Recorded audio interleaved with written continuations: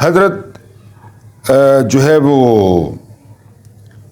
ابراہیم علیہ السلام نے توحید کی دعوت دی نمرود کو، اور حسب معمول نمرود بہت سیکھ پا ہوا، اور نمرود نے جو ہے وہ چیلنج کیا حضرت ابراہیم علیہ السلام کو کہ وہ اس کے ساتھ مناظرہ کر لے۔ حضرت ابراہیم علیہ السلام نے فرمایا کہ میرا خدا وہ جان دیتا ہے اور جان لیتا ہے۔ نمرود نے کہا یہ کون سی بڑی بات ہے؟ اس نے 2 غلام بلوائے، ایک کو آزاد کر دیا کہ میں نے اس کو زندگی دے دی، اور ایک کو قتل کروا دیا کہ میں نے اس کو موت دے دی۔ حضرت ابراہیم علیہ السلام نے کہا کہ میرا خدا مشرق سے سورج کو نکالتا ہے، تو مغرب سے سورج کو نکال کے دکھا۔ اب ظاہر ہے وہ بالکل جو ہے نا لاجواب ہو گیا، اور اس کے پاس جو ہے وہ کوئی جواب نہیں تھا۔ پھر وہ بہت بڑا میلہ منعقد ہوا، بڑا مشہور و معروف واقعہ، جس میں سارے لوگ شرکت کرنے کے لیے چلے گئے، اور حضرت ابراہیم علیہ السلام نے سارے بت توڑ دیے، اور بڑے بت کے جو ہے وہ کندھے پر کلہاڑا رکھ دیا۔ جب سارے لوگ واپس آئے تو انہوں نے یہ حال دیکھا تو وہ بڑے روئے پیٹے، اور ان کا پہلا جو شک تھا ون اینڈ اونلی وہ حضرت ابراہیم علیہ السلام پہ گیا کہ وہ میلے میں نہیں آئے تھے، ان کو پکڑا گیا۔ حضرت ابراہیم علیہ السلام نے فرمایا کہ دیکھ لیں آپ کا جو بڑا بت ہے، اسے کسی بات پہ غصہ آیا، اس نے سارے یہ جو چھوٹے بت تھے ان کو سزا دی اور توڑ تاڑ دیا۔ اب کلہاڑا دیکھ لیں اس کے کندھے پہ ہے۔ تو لوگوں نے حضرت ابراہیم علیہ السلام کو کہا کہ تو دیوانہ ہے، وہ تو اپنی جگہ سے ہل نہیں سکتے، وہ حرکت نہیں کر سکتے، وہ کس طرح آ کے چھوٹے بتوں کو مار سکتا ہے؟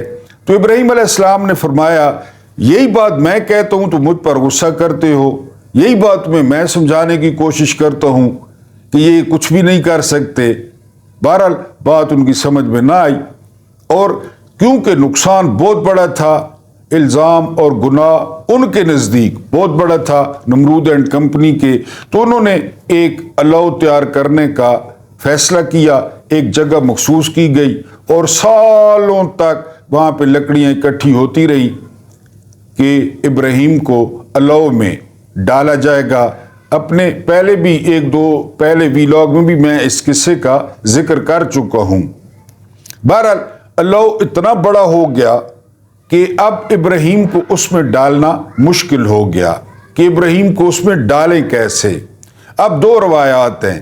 ایک روایت کے مطابق منجنیق، وہ جس سے پتھر پھینکتے تھے، یا توپ، منجنیق استعمال کی گئی، اور دوسری روایت کے مطابق ایک بہت بڑی پینگ بنائی گئی، جھولا بنایا گیا، وہ استعمال کیا گیا حضرت ابراہیم علیہ السلام کو آگ میں ڈالنے کے لیے، اور آگ میں ڈال دیا گیا۔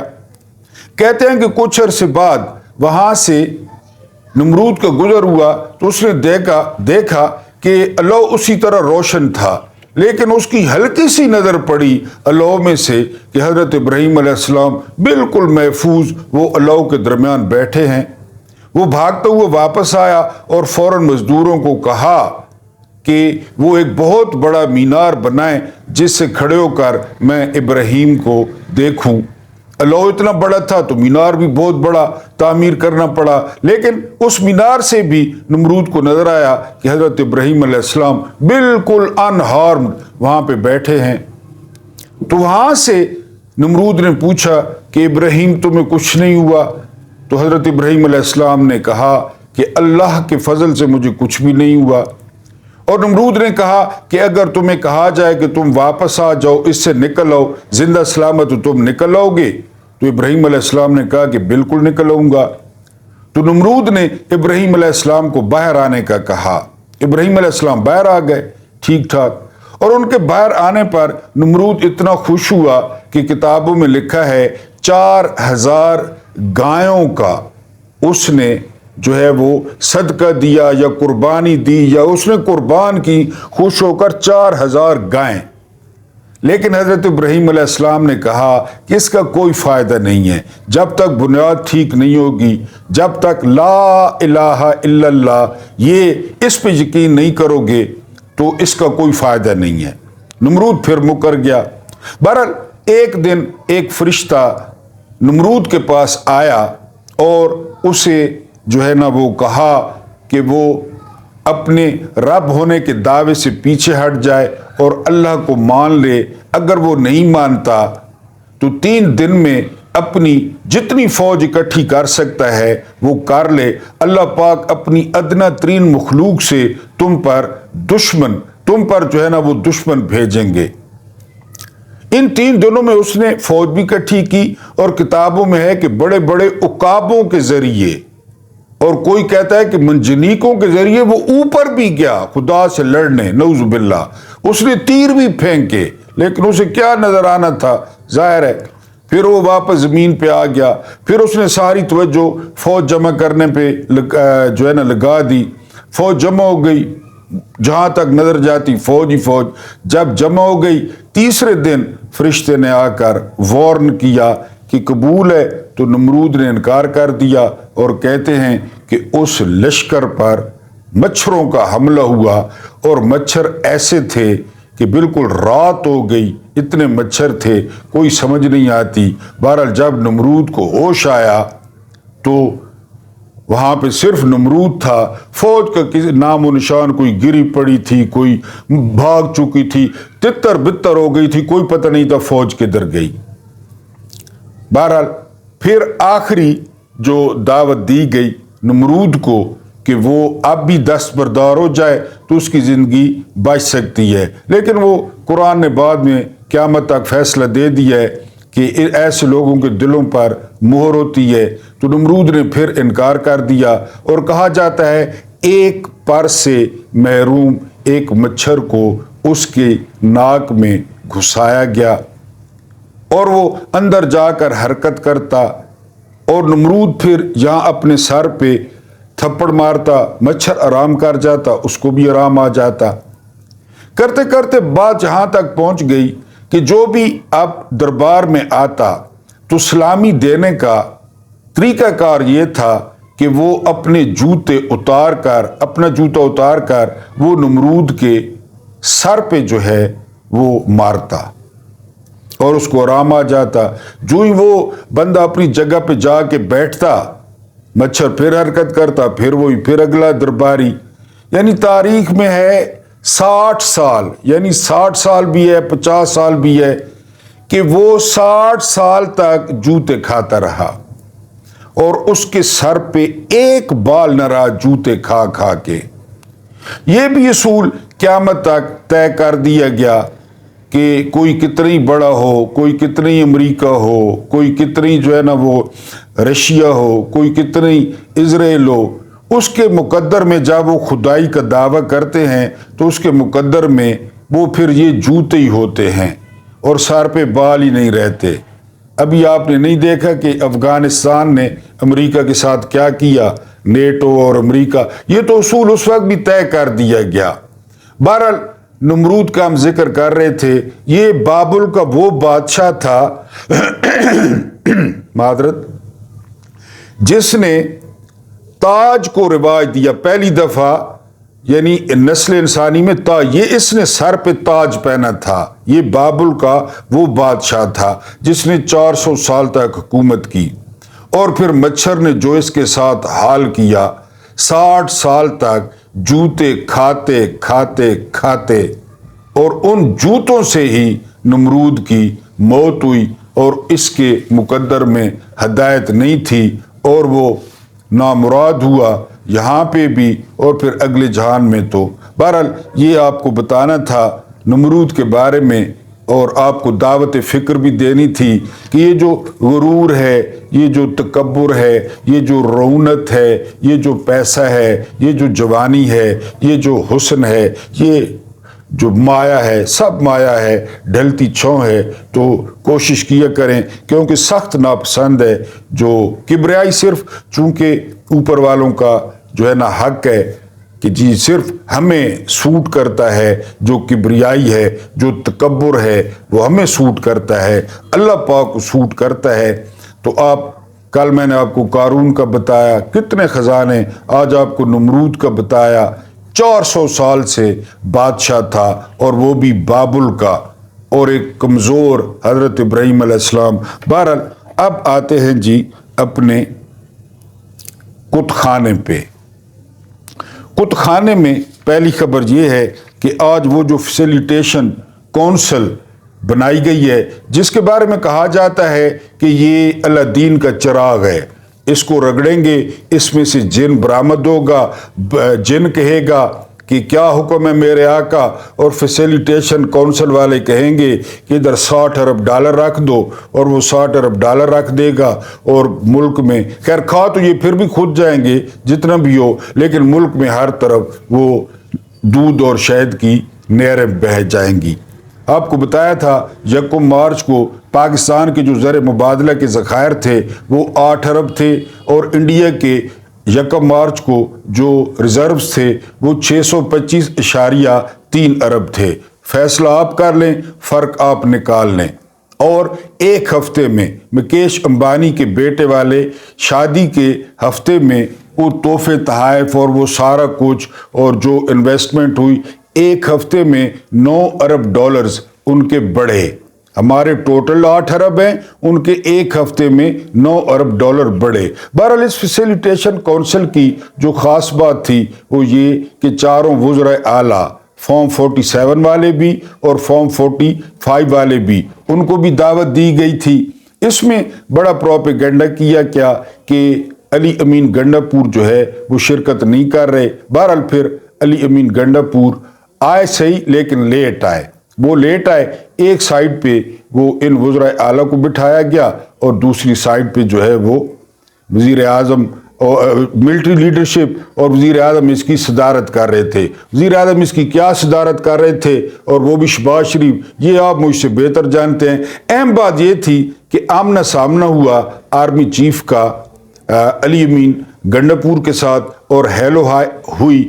پہلے اصل میں کہا جا رہا ہے کہ پہلے جو آفیشل ونڈو تھی نا وہ تھی صدر علوی کی، اب جو آفیشل ونڈو بن گئی ہے وہ علی امین گنڈاپور کی ہے۔ اس لیے گنڈاپور کی اس قسم کی ایکٹیویٹی کو کافی اہمیت دی جا رہی ہے، اور جو ہمارے تبصرہ نگار ہیں وہ کافی اہمیت دے رہے ہیں کہ جی ان کی ایک تو ہیلو ہائی ہوئی ہے، ایک دوسرا پوری آج کونسل میں حکومت اکٹھی تھی، کیونکہ ابھی کل پرسوں جو ہمارے آرمی چیف ہیں وہ محمد بن سلمان سے مل کر آئے ہیں، ان سے کچھ وعدے ہوئے ہیں، یا انہوں نے کھجوریں دی ہیں اجوا افطاری کے لیے، یا انہوں نے آٹا دیا ہے، اس بات کا بھی پتہ نہیں ہے، لیکن اس ملاقات کو بھی بڑا اہم دیکھا جا رہا ہے۔ اور آج جو فیسیلیٹیشن کونسل کا جو اجلاس تھا اس کو بھی وہ بڑے غور سے دیکھا جا رہا ہے، اور اس میں خاص چیز یہ کہ جو ہے وہ انٹریکشن ہے آرمی چیف کا اور گنڈاپور کا، کیونکہ پورے پاکستان میں گنڈاپور پر وہ پرچے ہیں، اور پرچے بھی 9 مئی کے ہیں کہ 9 مئی کو انہوں نے یہ کیا یہ کیا یہ کیا۔ بہرحال یہ ایک بڑا بریک تھرو تھا۔ اس کے بعد پی ٹی آئی میں اب تک کا سب سے بڑا استعفیٰ سامنے آیا ہے، اور وہ استعفیٰ ہے حماد اظہر کا۔ حماد اظہر 2018 میں کھل کر جو ہے وہ سامنے آئے، بہت لائق، بہت خوبصورت اور بہت نیٹ اینڈ کلین جو ہے وہ سیاستدان ہے، لیکن میں نے کل پرسوں بھی عرض کیا تھا کہ ہماری اسٹیبلشمنٹ کو نیٹ اینڈ کلین لوگ تو چاہیے ہی نہیں نا۔ نیٹ اینڈ کلین انہوں نے مار کے، نیٹ اینڈ کلین لوگوں کو تو مار کے انہوں نے سیاست سے نکالا۔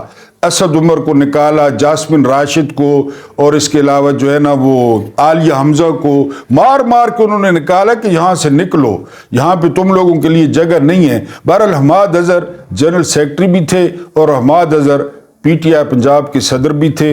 حماد اظہر نے وہ استعفیٰ دے دیا ہے، اور انہوں نے کہا ہے کہ جو قیادت گراؤنڈ پہ موجود ہے وہ عمران خان سے ملتی بھی ہے، مل بھی سکتی ہے، ہدایات بھی لے سکتی ہے، تو وہ پارٹی کو لیڈ کرے۔ میرا خیال ہے ان کے جو ہے نا وہ ضمیر پہ بوجھ تھا، ایک تو وہ سامنے نہیں آ پا رہے تھے، اور دوسرا ورنہ ان کے جو والد صاحب ہیں میاں حیدر صاحب وہ ایم این اے ہیں پی ٹی آئی کے، ابھی جو ہے نا وہ جیتے ہیں لاہور سے، یعنی کوئی چھوڑنے والی بات نہیں ہے، لیکن حماد اظہر نے وہ کہا ہے کہ جو لوگ گراؤنڈ پہ ہیں وہ جو ہے وہ احتجاج کریں اور وہ سامنے آئیں، وہ خان صاحب سے مل بھی سکتے ہیں۔ تو یہ بڑا استعفیٰ وہ حماد اظہر نے دیا ہے، لیکن میں نے آپ کو وجہ بتا دی ہے، ٹیکنیکل وجوہات ہیں، بڑے صاف ستھرے آدمی ہیں حماد اظہر، اور جو ہے نا وہ تو پھر صاف ستھرے بندے جو پاکستان میں روپوش ہی ہوتے ہیں، زرداری صدر بن گئے، حماد اظہر روپوش ہے۔ بہرحال اس کے علاوہ جو ہے وہ خواجہ آصف نے وہ عاصمہ شیرازی کے پروگرام میں اعتراف کیا ہے کہ جی ہم دیوالیہ ہو چکے ہیں، ہمارے پاس سرکاری ملازموں کو جو ہے نا وہ دینے کے لیے تنخواہیں نہیں ہیں، ہم قرض واپس کرنے کے لیے قرض لیتے ہیں، ہم قرض پر سود واپس کرنے کے لیے قرض لیتے ہیں، ہم افطار ڈنروں کے لیے قرض لیتے ہیں، ہم ٹک ٹاکر وزیر اعلیٰ کو 70 گاڑی کا پروٹوکول دینے کے لیے قرض لیتے ہیں، ہم ٹک ٹاکر وزیر اعلیٰ کے پنک ہیلی کاپٹر کو اڑانے کے لیے قرض لیتے ہیں، ہم انگلینڈ میں علاج کرنے کے لیے جو ہے نا وہ قرض لیتے ہیں، ہم جاتی امراء کو کیمپ آفس ڈکلیئر کر کے کر دیتے ہیں اور پھر قرض لیتے ہیں۔ بتائیں بھی صحیح نا کس نے کیا ہے، کس نے کیا ہے دیوالیہ؟ اگر ہو گیا ہے اور ہو چکا ہے تو پھر کیا کس نے؟ یہ بھی ساتھ آپ فرما دیتے، کیونکہ آپ کے تو اللہ تعالی تبدیل نہیں ہوئے۔ آپ کے ایک نیا جو سروے سامنے آیا ہے وہ یہ کہ پوری دنیا میں اس وقت سب سے کم جو ایڈمنسٹریشن کا خرچہ ہے وہ افغانستان کا ہے، افغانستان کا۔ وہاں زیادہ تر افسر قالین پہ بیٹھتے ہیں، نیچے بیٹھتے ہیں، وہاں کا چیف جسٹس نیچے بیٹھتا ہے، وہاں کا جو ہے نا ججز نیچے بیٹھتے ہیں، لوگ نیچے بیٹھتے ہیں، تکیے لگے ہوئے ہیں اور وہ وہاں پہ فیصلے کرتے ہیں۔ ادھر آپ خالی ججوں کی گاڑیاں دیکھیں، کسی دن چیف جسٹس کی یہ جج کام کیا کر رہے ہیں، انصاف کتنا دے رہے ہیں، اور آپ ان کی گاڑیاں دیکھیں، آپ ان کے پروٹوکول دیکھیں، خالی آپ چیف جسٹس کی گاڑی دیکھیں سپریم کورٹ کی کہ وہ کس کوالٹی کی گاڑی ہے، چل رہا ہے۔ چنگا ہے اگر دیوالیہ ہو گیا صادق کے، میں نے تو پہلے بھی کہا تھا کہ چنگا ہے دیوالیہ تھی وہ، ہمیں کیا ہوگا، اصل تو پہلو مزدوری کرنے پہ پھر مزدوری کرساں۔ یعنی تم لوگ جن کے جو ہے نا وہ سوئمنگ پولوں میں منرل واٹر ہے، جتھے تو نہ دھامنا ہونا ہے تو موترنا ہونا ہے اس نے بچے، اس میں جو ہے نا وہ منرل واٹر ہے، ہمیں کیا ہوگا؟ لوگ ٹانگے گا تو الٹا تم لوگوں کو، لوگ وزیر اعظم اس کے سوئمنگ پولوں میں جا کے نہائے گا، ہمیں کیا ہوگا؟ تھی انجے بھائی دیوالیہ، آپ کس کو ڈرا رہے ہیں؟ ہو انجے دیوالیہ، ساگو کوئی فکر کو نہیں، ہم پہلے ہی دیوالیہ ہیں، بلکہ ہماری کمائی پہ تم جیسے ڈاکو وہ ڈاکے مارتے ہیں۔ ایل این جی مہنگی ہو گئی ہے، یہ رمضان میں مارچ مہنگی ہو گئی ہے، بجلی مہنگی ہو گئی ہے، تو یہ لازمی بتائیں خواجہ رنگ باز صاحب، خواجہ جگت باز صاحب، خواجہ فارم 47 صاحب کہ دیوالیہ کیا کس نے ہے؟ بار بار اپنے ویورز کو بتا چکا ہوں کہ 47 سے لے کر 2024 تک جرنیل، نون لیگ، پیپلز پارٹی، دوبارہ بتا دوں یہ پکا یاد کر لیں، جرنیل، نون لیگ، پیپلز پارٹی، یہ تسبیح پڑھی کرو، یہ نہیں تیرا تباہ کیتا ہے اور کہیں تباہ کیتا ہے۔ اور جو ہے نا کس نے ابھی 1 ارب منظور کر گئے، اس پہ نہ سنا ہے رات کو نہ بھنگڑا پایا ہے، یعنی وہ دلیر مہدی کے گانے پہ ٹڑنگ ٹڑنگ ٹنگ ٹڑنگ ٹڑنگ ٹنگ ٹڑنگ ٹڑنگ ٹنگ، اس پہ صاحب نے بھنگڑا ڈالا ہے کمرہ بند کر کے، 1 ارب ڈالر کے اے تا آ گیا ہے نا، اس کو تو چھکو نہ رو دے آئیں اگو نقصان۔ اور پھر وہ جو امپورٹڈ وزیر خزانہ آیا ہے 3 کروڑ منتھلی پہ، اس نے جی پھر 6 ارب اپلائی کر دیا ساتھ ہی ساتھ۔ وہ میرا خیال ہے آئی ایم ایف والوں کو موڈ اچھا تھا، جس طرح وہ مراسی چودھریوں کو بھاگ لگے رینٹ جیندے رہو تو وہ 100-150 نکال دے، تو مراسی ایک آدھ اور بھی فرمائش آگے رکھ دیتا ہے۔ میری طرح کے پینڈوؤں کو پتہ ہوگا تو انہوں نے اب 8 ارب رکھ دیے ہیں، یعنی وہ 1 ارب ڈالر مانگے ہیں، انہوں نے رات کو جشن کیا ہے کہ جی کر دے۔ یہ دنیا کی واحد قوم ہے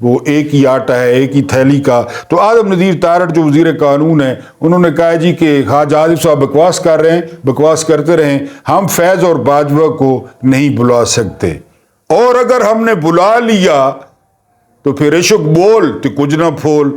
اللہ پاک آپ لوگوں کو آسانیاں عطا فرمائے اور آسانیاں بانٹنے کی توفیق عطا فرمائے. اینڈ مجھے برداشت کرنے کا بہت بہت شکریہ. Subscription, share, like, comments.